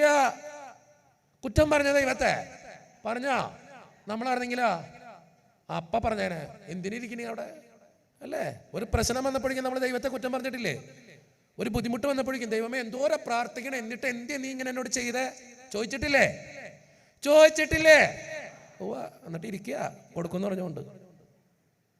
ചിന്തിച്ചോക്കെ, ഈ അബ്രാഹത്തിനോട് ദൈവം പറയാ, നിന്റെ കൊച്ചിനെ എനിക്ക് വേണ്ടി ബലിയർപ്പിക്ക്. നിങ്ങൾ ഓർക്കണം, ആ മനുഷ്യനെ പിന്നെ ഒരു തലമുറയില്ല, ഒന്നുമില്ല മുന്നോട്ട്. മനുഷ്യന്റെ ജീവിതം മുഴുവൻ ഇങ്ങനെ പകച്ചു നിൽക്ക, എന്തു ചെയ്യുന്നറിയാതെ. എന്താ മനുഷ്യൻ ചെയ്യണമെന്നറിയോ? പിറ്റേ ദിവസം അതിരാവിലെ സ്വന്തം മോനെ പിടിച്ചോണ്ട് പോവാ, സ്വന്തം ഭാര്യയോട് അവൻ പറഞ്ഞോ ഇല്ല, ഒരു വാക്ക് അവൻ ഉരിയാടിയില്ല, പറഞ്ഞില്ല സ്വന്തം ഭാര്യയോട്. കാരണം എന്താ? അവളോട് പറഞ്ഞാൽ ചിലപ്പോൾ അവള് സമ്മതിക്കില്ല കൊണ്ടുപോകാൻ. അതുകൊണ്ട് തന്നെ പെറ്റ തള്ളയോട് ഒരു വാക്ക് പോലും ഉരിയാടാതെ അവന് ജീവൻ കൊടുത്ത് വളർത്തി വലുതാക്കിയ സ്വന്തം സഹധർമ്മിണിയോട് ഒരു വാക്ക് പോലും ചോദിക്കാതെ പിറ്റേ ദിവസം അബ്രഹാം എന്ന മനുഷ്യൻ സ്വന്തം മകനെ പിടിച്ചുകൊണ്ട് ഒരു യാത്ര പോവാ. നിങ്ങൾ ഓർക്കണം, മോറിയാമലയിലേക്ക് യാത്ര പോവാ. പോകുന്ന വഴിയില് ലോകത്തെ മുഴുവൻ ചങ്കുലയ്ക്കുന്ന ഒരു ചോദ്യം ദൈവം ഈ അബ്രാഹത്തിന്റെ മുഖത്തേക്ക് ഇസഹാക്ക് എന്ന മകൻ ചോദിച്ചു. ചോദ്യത്രേ ഉള്ളൂ, അപ്പാ അപ്പാ വിറകുണ്ട്, തീയുണ്ട്, ബലിക്കുള്ള കുഞ്ഞാടെവിടെയാ, ബലിക്കുള്ള കുഞ്ഞാടെവിടെയാ? അബ്രാഹത്തിന്റെ ചങ്കപ്പെടയാ. കാരണം കുറച്ചു നേരത്തിനുള്ളിൽ സ്വന്തം കൊച്ചിനെ ബലിയർപ്പിക്കണം. ആ അപ്പൻ സ്വന്തം മകനെ ഇങ്ങനെ ചേർത്ത് പിടിച്ചിട്ട് ആ മകന്റെ മുഖത്തേക്ക് നോക്കി പറഞ്ഞു, പൊന്നുമോനെ, ദൈവം തരും, ദൈവം തരും, ദൈവം തരും. എങ്ങനെയാ അപ്പന അങ്ങനെ പറയാൻ പറ്റിയേ? എനിക്കിപ്പോഴും അത്ഭുതം ആ മനുഷ്യനെ ഓർത്തിട്ട്. എങ്ങനെയാ മനുഷ്യൻ പറഞ്ഞ അങ്ങനെ ദൈവം തരൂന്ന്? ദൈവം പറയാ സ്വന്തം മകനെ ബലിയർപ്പിക്കണം. അപ്പോഴും അബ്രാഹാം പറയാ ദൈവം തരും, ദൈവം തരും, ദൈവം തരും. എനിക്ക് ആ മനുഷ്യനെ അത്ഭുതപ്പെടുത്തുന്ന ഉത്തരത്തിലാ ദൈവം തരൂന്ന്. പിന്നെയും കയറി പോവാ. മോറിയാമലയുടെ അറ്റത്തെത്തിയപ്പോ പിന്നെയും ഇസഹാക്ക് എന്ന മകന് സംശയം. അപ്പന്റെ കരങ്ങൾ ഒന്നും കൂടി പിടിച്ചു വലിച്ചിട്ട് അബ്രാഹത്തിന്റെ മുഖത്തേക്ക് നോക്കിയിട്ട് ഇസഹാക്ക് എന്ന മകൻ പിന്നെയും ചോദിച്ചു ആ ലോകത്തെ മുഴുവൻ ചങ്കുലയ്ക്കുന്ന ചോദ്യത്രേ ഉള്ളൂ, അപ്പാ അപ്പാ ബലി തുടങ്ങാൻ സമയമായി, ഇനിയെങ്കിലും പറ, ബലിക്കുള്ള കുഞ്ഞാടെവിടെയാ, ബലിക്കുള്ള കുഞ്ഞാടെവിടെയാ? നമ്മുടെ കയ്യിലൊന്നുമില്ല. അപ്പോഴും അബ്രാഹാം എന്ന മനുഷ്യൻ സ്വന്തം മകനെ ഇങ്ങനെ ചേർത്ത് പിടിച്ചിട്ട് കണ്ണിൽ നിന്ന് മിറ്റിറ്റ് വീഴുന്ന കണ്ണുനീർ തുള്ളി തുടച്ചു നീക്കിയിട്ട് ഇനിയൊരിക്കലും ചിലപ്പോൾ സ്വന്തം മകനെ കാണാൻ പോലും പറ്റുന്ന ഉറപ്പില്ലാത്ത ആ അപ്പൻ സ്വന്തം മകനെ ഇങ്ങനെ ചേർത്ത് പിടിച്ചിട്ട് സ്വർഗത്തിൽ നോക്കി പറഞ്ഞു, പൊന്നുമോനെ, ദൈവം തരൂടാ, ദൈവം തരൂടാ, ദൈവം തരൂടാ. ആ മനുഷ്യന്റെ ജീവിതം നിങ്ങളൊന്ന് ചിന്തിച്ചു നോക്ക്. ആ മനുഷ്യനെ നമ്മളിന്ന് വിശ്വാസികളുടെ പിതാവ് എന്ന് വിളിക്കണം. വിശ്വാസികളുടെ പിതാവ്. സ്വന്തം മകനെ പോലും ദൈവം ചോദിച്ചു കഴിഞ്ഞപ്പോ അതുപോലും വിട്ടുകൊടുക്കാൻ ചങ്കൂറ്റം കാണിച്ചൊരു മനുഷ്യൻ. എല്ലാത്തിനേക്കാൾ ഉപരി, സ്വന്തം മക്കളെക്കാൾ ഉപരി ദൈവത്തെ സ്നേഹിച്ചൊരു മനുഷ്യൻ. അതുകൊണ്ട് തന്നെയാ അബ്രാഹത്തിന് ആ മകനെ തിരിച്ചു കൊടുത്ത ദൈവം. എനിക്ക് എന്താ പറയാനുള്ളത് അറിയോ മക്കളെ? നമ്മുടെയൊക്കെ ജീവിതത്തിൽ പ്രശ്നങ്ങളുണ്ട്, ബുദ്ധിമുട്ടുകളുണ്ട്, വേദനകളുണ്ട്. പക്ഷെ ചിന്തിക്കണം, അബ്രാഹത്തെ പോലെ എൻ്റെ തമ്പുരാൻ എനിക്ക് വേണ്ടത് വേണ്ട സമയത്ത് തരും. വളരെ ഉയർത്തി പറഞ്ഞേ ഹല്ലേലൂയ, ഹല്ലേലൂയ, ഹല്ലേലൂയ. ജീവിതത്തിന്റെ ഏത് പ്രതിസന്ധിയിലും ചിന്തിക്കേ, എൻ്റെ തമ്പുരാൻ തരുമെന്ന്. എത്ര വലിയ ദുരിതാണെങ്കിലും ചിന്തിക്കേ, തമ്പുരാൻ തരുമെന്ന്. അപ്പൊ നിങ്ങൾ ചോദിക്കുക, എൻ്റെ അച്ഛനിതൊക്കെ പറയാം, അച്ഛന് എന്തോ ബുദ്ധിമുട്ടുള്ളേ? അച്ഛനത് പറഞ്ഞിട്ട് അങ്ങോട്ട് പോയാൽ പോരെ? എന്തുട്ടാ പ്രശ്നമുള്ളേ? അച്ഛനത് പ്രസംഗിക്കാനല്ലേ പറ്റുള്ളൂ. അച്ഛൻ ഞങ്ങൾ അനുഭവിക്കണേ. ചിലരുടെ മനസ്സിൽ ഇപ്പൊ കയറി വരുന്നുണ്ട്. എന്നിട്ട് ഈ അച്ഛൻ എന്നിട്ട് ഈ പറഞ്ഞുകൊണ്ടിരിക്കണേ, അച്ഛൻ ഞങ്ങൾ അനുഭവിക്കുന്ന വേദനകള്, ഞങ്ങളുടെ കുടുംബത്തിന്റെ പ്രശ്നങ്ങള്, അച്ഛന് കുടുംബമില്ല, ഒന്നുമില്ല, ഭാര്യയില്ല, മക്കളും ഇല്ല, ഒന്നുമില്ല. അച്ഛന് പറഞ്ഞിട്ട് അങ്ങോട്ട് പോയാൽ മതിയില്ല. ഞങ്ങളല്ലേ ഇതൊക്കെ അനുഭവിക്കണേ. അച്ഛൻ പറയുന്നുണ്ടല്ലോ ദൈവമുണ്ട്, ദൈവമുണ്ടെന്ന്. എവിടെയാ? അച്ഛനെങ്ങനെ മനസ്സിലായി? ഞാൻ ഒറ്റ ഉദാഹരണം പറയുള്ളൂ. ഞാൻ പലപ്പോഴും എൻ്റെ ജീവിതം കൊണ്ട് പ്രസംഗിക്കുന്ന ഒരു മനുഷ്യനാ. ഞാൻ ഇന്ന് നിങ്ങളുടെ മുമ്പിൽ നിൽക്കുന്നുണ്ടെങ്കിൽ അതിൻ്റെ മാത്രം ദൈവം അനുഗ്രഹിച്ചുകൊണ്ട് മാത്രമാ. നിങ്ങൾ ഓർക്കണം, എൻ്റെ അപ്പനൊരു ക്യാൻസർ പേഷ്യൻ്റാ. ആമാശയത്തിൽ ക്യാൻസർ വന്നൊരു മനുഷ്യനാണ് എൻ്റെ അപ്പൻ. എൻ്റെ അപ്പന് ക്യാൻസറാ, അമ്മയ്ക്ക് ക്യാൻസറാ. രണ്ടുപേരും ക്യാൻസർ പേഷ്യൻസാ എൻ്റെ വീട്ടിൽ. നിങ്ങൾ ചിന്തിക്കണം, ഞാൻ ഈ എല്ലാ ദിവസവും വചനപ്രഘോഷണമായിട്ട് നടക്കുമ്പോൾ നിങ്ങൾ വിചാരിക്കരുത് എൻ്റെ വീട്ടിൽ ഭയങ്കര സന്തോഷമാണെന്ന്. കേട്ടോ, എപ്പോഴും ചിരിയാന്ന് ചിന്തിക്കരുത്. ഞാൻ ഈ ബുദ്ധിമുട്ടിൻ്റെ, എൻ്റെ അപ്പനും അമ്മയ്ക്കും ക്യാൻസറാ, രണ്ടുപേരും വയ്യാത്തവരാ. നിങ്ങൾ ചിന്തിച്ചു നോക്കി, എന്നെ കാണാൻ വലിയ കുഴപ്പമുണ്ടോ? നിങ്ങൾ ടി വിയിലേക്ക് നോക്കി, നല്ല സുന്ദരനല്ലേ? അല്ലേ? നിങ്ങൾ ഇനി എന്നിട്ടൊരു ആക്കി ചിരിയാണോ? ആണോ? ആവശ്യമില്ലാത്ത നേരത്തെ വലിയ ഇടത്ത് നോക്കിക്കൊണ്ടിരിക്കുന്നത്. ഇപ്പൊ ടി വിയിലേക്ക് നോക്കാം, എന്നെ കാണാൻ പറ്റും നന്നായിട്ട്. കേട്ടോ, സുന്ദരനല്ലേ? ആ മതി, അത്രയും മതി. നിങ്ങൾ ഇനി എന്നെ നോക്കിക്കോ. എന്തോരം പാച്ച് വർക്കുകൾ കഴിഞ്ഞ ശരീരമാണെന്നറിയോ? എന്തോരം ആക്സിഡന്റ് കേസുകൾ കഴിഞ്ഞിട്ടുണ്ടെന്നറിയോ? എന്നെ കേട്ട് പല ഇടവെങ്കിലും വന്നിട്ടുള്ളവർക്ക് ചിലപ്പോൾ കേട്ടിട്ടുണ്ടാവും. എന്തോരം ഓപ്പറേഷൻസ് കഴിഞ്ഞിട്ടുണ്ടെന്നറിയോ ശരീരത്തിൽ? ഇത് കാണുന്ന ഭംഗി മാത്രമേ ഉള്ളത്. കേട്ടോ, കാണുന്ന ഭംഗി മാത്രമേ ഉള്ളൂ. അത് മാത്രമേ ഉള്ളൂ. എന്നെ കാണുമ്പോൾ വലിയ കുഴപ്പമൊന്നുമില്ല. പിന്നെ ഇച്ചിരി പിരി വെട്ടിയതാന്ന് തോന്നും, ഇല്ലേ? ഊവാന്നാ? ഓ എൻ്റെ പൊന്നടവേ, ഞാനൊരു ഓളത്തിൽ പറഞ്ഞപ്പോൾ അത് സത്യം വെച്ച് തന്നേക്കണോ? നിങ്ങൾ എന്ത് മനുഷ്യനാടവേ? നിങ്ങൾ ചിന്തിച്ചു നോക്കിയേ. ഞാൻ ഓളം വെച്ചിട്ട് പിരിവെട്ടിയതാ, ഞാൻ കറക്റ്റായിട്ട് തോന്നുന്നുണ്ട്. കർത്താവിനെ പ്രതി പിരിവെട്ടിയതാണെങ്കിൽ നോ പ്രോബ്ലം കേട്ടോ. ഞങ്ങളെ ധ്യാനിപ്പിക്കാൻ വന്ന കഴിഞ്ഞ ദിവസം ഒരു ധ്യാനം കൂടാൻ പോയി ഇപ്പോൾ ഒരു അച്ഛൻ പറഞ്ഞത് കർത്താവിനെ പ്രതി ഇച്ചിരി പിരിവെട്ടുകളൊക്കെ നല്ലതാ, ചില ഇച്ചിരി അബ്നോർമൽ ടെൻഡൻസിയൊക്കെ നല്ലതാ കർത്താവിനെ പ്രതി. ചില അച്ഛന്മാർക്ക് ഉണ്ട് അങ്ങനത്തെ ഒക്കെ. ചിലരിങ്ങനെ പള്ളി പോയിരിക്കണതാണ് അങ്ങനെ കുറേ നേരം, കുറേ പുറത്തിറങ്ങി വർത്തമാനം പറഞ്ഞ് നടക്കുന്ന അച്ഛന്മാരൊക്കെ ചിന്തിക്കുന്നേ അവനെന്തോ ഒരു പ്രത്യേകതയുണ്ട് അല്ലേ. ചില അബ്നോർമൽ ടെൻഡൻസിയൊക്കെ കാണിക്കും ഇവർ. കർത്താവിനെ പ്രതിയുള്ള പിരിവെട്ടുകളൊക്കെ നല്ലതാ. എന്നോട് ഒരിക്കലും എന്നെ ധ്യാനിപ്പിച്ചൊരു അച്ഛൻ പറഞ്ഞത് ഇങ്ങനെയാണ്, കർത്താവിനെ പ്രതി ചില പിരിവെട്ടുകളും ചില മണ്ടത്തരങ്ങളും ഒക്കെ നല്ലതാണ് നമ്മുടെ ജീവിതത്തിന്. കാരണം കർത്താവ് ഉണ്ടെന്ന് തോന്നിപ്പിക്കണം നല്ലതാണ്. ചില മറ്റുള്ളവരുടെ കണ്ണിൽ ചിലപ്പോൾ അത് പിരിവെട്ടായിരിക്കും, പക്ഷെ ദൈവത്തിൻ്റെ കണ്ണിൽ അത് നല്ല വെട്ടാ കേട്ടോ.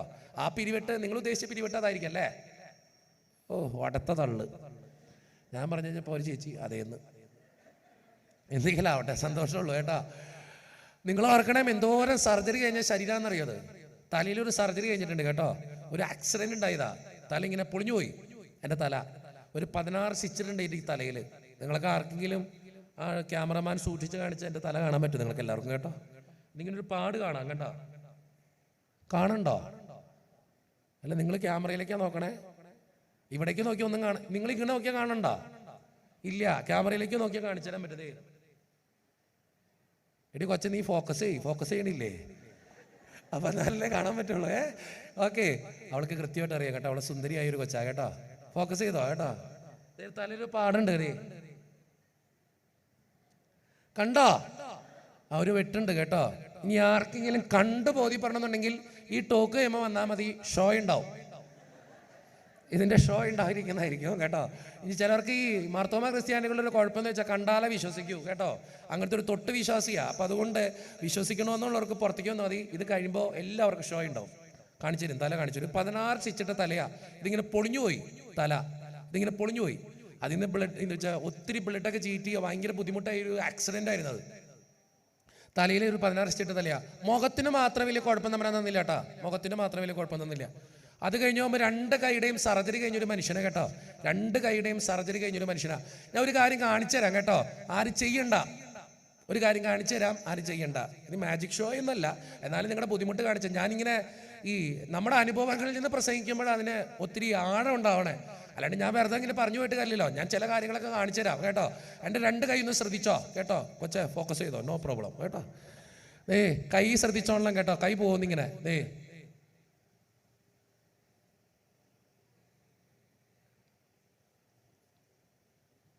നിങ്ങൾ കണ്ടോ? എന്തുട്ട് തേങ്ങ കണ്ടേ? ഒന്നുകൂടി കാണിക്കണോ? വേണ്ട, കർത്താവ് കാത്തു കേട്ടോ. ചിലടത്ത് ചെന്ന മൃഗശാലയിലെ കുരങ്ങനെ പോലെ ഞാൻ എന്തോരം കണ്ടാലും ചിലർക്ക് മടക്കില്ല. അതുകൊണ്ട് ഈ 2 കൈയുടെയും സർജറി കഴിഞ്ഞതാ. എന്ന് വെച്ചാൽ എനിക്കിവിടെ ഒരു പിടുത്തമില്ല.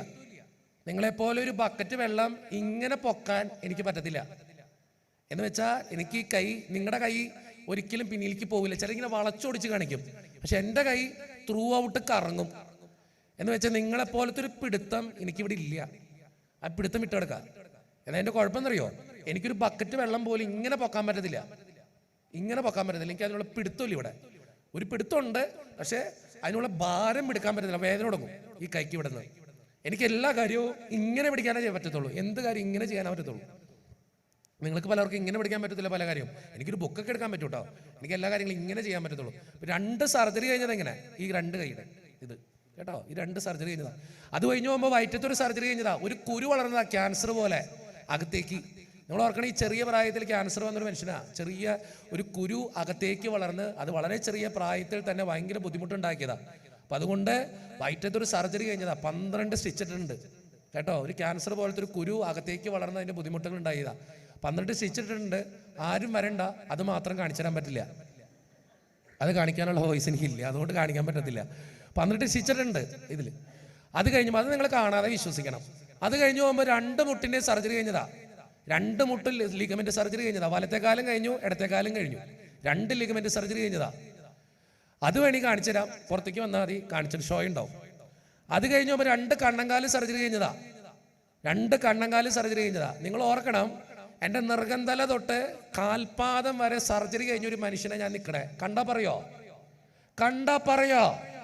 കണ്ട ഇത്രയും സർജറി കഴിഞ്ഞിട്ട് ഞാൻ നിൽക്കണ്ടിങ്ങനെ, ഞാൻ നമ്മുടെ കൊല്ലത്ത് കൈകെട്ടി ഈശോയുടെ ഒരു തീർത്ഥാടന കേന്ദ്രമുണ്ട്, നിങ്ങൾ കേട്ടിട്ടുണ്ടോ? തുയ്യംപള്ളി എന്ന് പറഞ്ഞിട്ട്. ഞാൻ കഴിഞ്ഞ വർഷം അവിടെ ധ്യാനിപ്പിക്കാൻ ചെന്നു. കൊല്ലം രൂപതയിലെ അത്യാവശ്യം വലിയൊരു പള്ളിയാണ്, വലിയൊരു തീർത്ഥാടന കേന്ദ്രമാണ്. അപ്പം ഞാൻ അവിടെ ധ്യാനിപ്പിക്കാൻ ചെന്നിട്ട് ഞാൻ ഈ ആക്സിഡന്റ് കേസുകൾ മുഴുവൻ പറഞ്ഞു കഴിഞ്ഞപ്പോൾ മുമ്പിലിരിക്കുന്ന ഒരു വല്യമ്മ ഇതിങ്ങനെ കൈപിടിക്കുക. അപ്പം ഞാൻ ചോദിച്ചു, എന്തേ ചേച്ചി എന്തിനാ ഇപ്പം ഇങ്ങനെ പിടിച്ച? അപ്പോൾ പുള്ളിക്കാരത്തി എന്നോട് പറയാ, എൻ്റെ പൊന്നച്ചാ, ഈ കൺവെൻഷന് ഞാൻ വന്നത് ആകെ ഒരു പ്രതീക്ഷയോട് കൂടെയാ. ഇപ്പൊ പ്രസംഗിക്കാൻ വന്നേക്കണ അച്ഛൻ ഞങ്ങളെക്കാളും തീരാരോഗ്യാണല്ലോ കർത്താവ്. ഞാൻ എന്ത് ഇത് പറഞ്ഞെന്നറിയോ? ഇടവേ, നമ്മുടെ ഒക്കെ ജീവിതത്തിലുണ്ട് ബുദ്ധിമുട്ടുകള്, അസുഖങ്ങള്, പ്രശ്നങ്ങള്, തടസ്സങ്ങള്. ഇതിന്റെ ഒക്കെ നടുവിലാണ് നമ്മൾ ജീവിക്കണേ.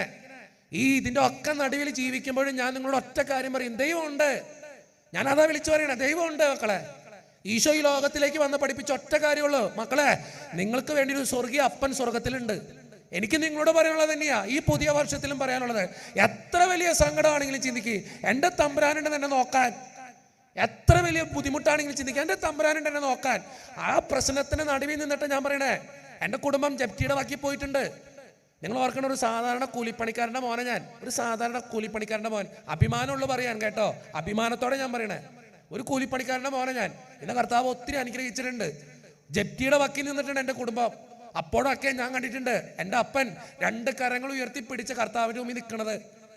ജപ്തി ചെയ്ത് ബാങ്കുകാർ വീട് കൊണ്ടുവന്ന് അറിഞ്ഞപ്പോൾ തന്നെ ഞാൻ ഓർക്കുന്നൊരു കാര്യമുണ്ട്. അതിരാവിലെ എഴുന്നേറ്റ് എൻ്റെ അപ്പൻ ഞങ്ങൾ 2-3 പിള്ളേരെയും വിളിച്ചിരുത്തി, എൻ്റെ അമ്മേനെയും വിളിച്ചിരുത്തി. ഞാൻ നോക്കുമ്പോൾ കാണുന്ന കാഴ്ചയും നടന്നിട്ടെന്നറിയോ? പണ്ടൊക്കെ ചാക്കിൻ്റെ മുകളിൽ ഇങ്ങനെ മെറ്റൽ വിരിച്ചിട്ട് എൻ്റെ അപ്പൻ ഇങ്ങനെ മുട്ടുകുത്തി പ്രാർത്ഥിക്കണത് ഞാൻ കണ്ടിട്ടുണ്ട്.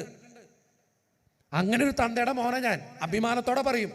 ജപ്തിയുടെ വക്കിലും ബുദ്ധിമുട്ടിന്റെ നടുവിലും ഒറ്റ കാര്യം എൻ്റെ അപ്പം പഠിപ്പിച്ചിട്ടുള്ളൂ, ദൈവമുണ്ട്. നിനക്ക് എന്തു വന്നാലും ദൈവമുണ്ട്. എത്ര വലിയ പ്രശ്നം ഉണ്ടെങ്കിലും ദൈവമുണ്ട്. നീ അത് വിശ്വസിക്കേ, അപ്പം നിന്റെ ജീവിതത്തിന് അനുഗ്രഹം ഉണ്ടാവും. നിനക്ക് ചിരിക്കാൻ പറ്റും. നിങ്ങളെ എല്ലാ വീഡിയോസും, നിങ്ങൾ ഏത് ഫോട്ടോസ് എൻ്റെ എടുത്ത് നോക്കിക്കോ, ഞാൻ ചിരിച്ചോണ്ടിരിക്കുള്ളൂ. നിങ്ങൾ ഒരിക്കലും ഞാൻ കരഞ്ഞു കാണാൻ പറ്റില്ല. ഞാൻ അങ്ങ് വിഷമിക്കില്ലെന്ന് എൻ്റെ തമ്പുരാൻ നോക്കിക്കോളൂ എന്നെ. ഞാൻ എന്തിനാ വിഷമിക്കണേ? ഞാനൊരു സിമ്പിൾ ക്വസ്റ്റ്യൻ ചോദിച്ചോട്ടെ, ദൈവം കൂടെയുള്ള മനുഷ്യൻ പേടിക്കോ?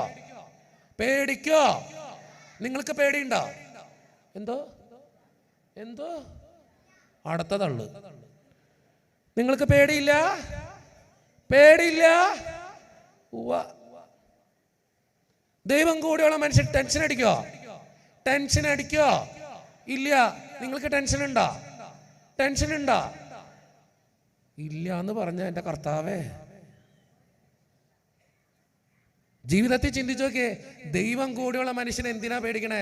വിശുദ്ധ പൗലോസ് റോമാക്കാർക്ക് എഴുതിയ ലേഖനം 8-ാം അധ്യായം 31-ാം തിരുവചനം ഒന്ന് എടുക്കാമോ ആർക്കെങ്കിലും? വളരെ സുന്ദരമായൊരു വചന, റോമർ 8:31. റോമർ 8:31 കാണാപ്പാടം പഠിക്കേണ്ട ഒരു വചനം കേട്ടോ. Yes, correct. ദൈവം നമ്മുടെ പക്ഷത്തെങ്കിൽ ആര് നമുക്ക് എതിര് നിൽക്കും? ദൈവം നമ്മുടെ കൂടെ ഉണ്ടെങ്കിൽ നമുക്ക് ആരാ എതിര് നിൽക്കണേ? ദൈവം നമ്മുടെ പക്ഷത്തുണ്ടെങ്കിൽ പിന്നെ നമ്മളെന്തിനാ പേടിക്കണേ? ദൈവം കൂടെയുള്ള മനുഷ്യൻ എന്തിനാ ടെൻഷൻ അടിക്കണേ? നീ ദൈവത്തിന്റെ കൂടെ ഇരിക്കി, ദൈവം നോക്കിക്കോളും. നമ്മൾ ബൈബിളില് കണ്ടുമുട്ടുന്ന 2 വ്യക്തികളുണ്ട്, മർത്തയും മറിയവും. ലാസറിന്റെ സഹോദരിമാരായിരുന്നു കേട്ടാ. ഒരിക്കലും ഈശോ അവരുടെ വീട്ടിൽ ചെല്ല, നല്ല കൂട്ടുകാരനാ ഈശോ, മർത്തയുടെ മറിയത്തിന്റെ. ഈശോ വീട്ടിൽ ചെന്ന് കഴിഞ്ഞപ്പോ മർത്ത എന്ത് ചെയ്തോണ്ടിരിക്കായിരുന്നു? മർത്ത എന്ത് ചെയ്തു? ഒത്തിരി കാര്യങ്ങളെ കുറിച്ച് ഇങ്ങനെ ചിന്തിച്ചുകൊണ്ട് നടക്കായിരുന്നു. കാരണം ഈശോയ്ക്ക് നല്ല ഫുഡൊക്കെ കൊടുക്കണം, നല്ല കാര്യങ്ങളൊക്കെ ചെയ്യണം. അപ്പൊ ഒത്തിരി ടെൻഷൻ അടിച്ച് പണിയൊക്കെ ചെയ്തോണ്ടിരിക്കുക.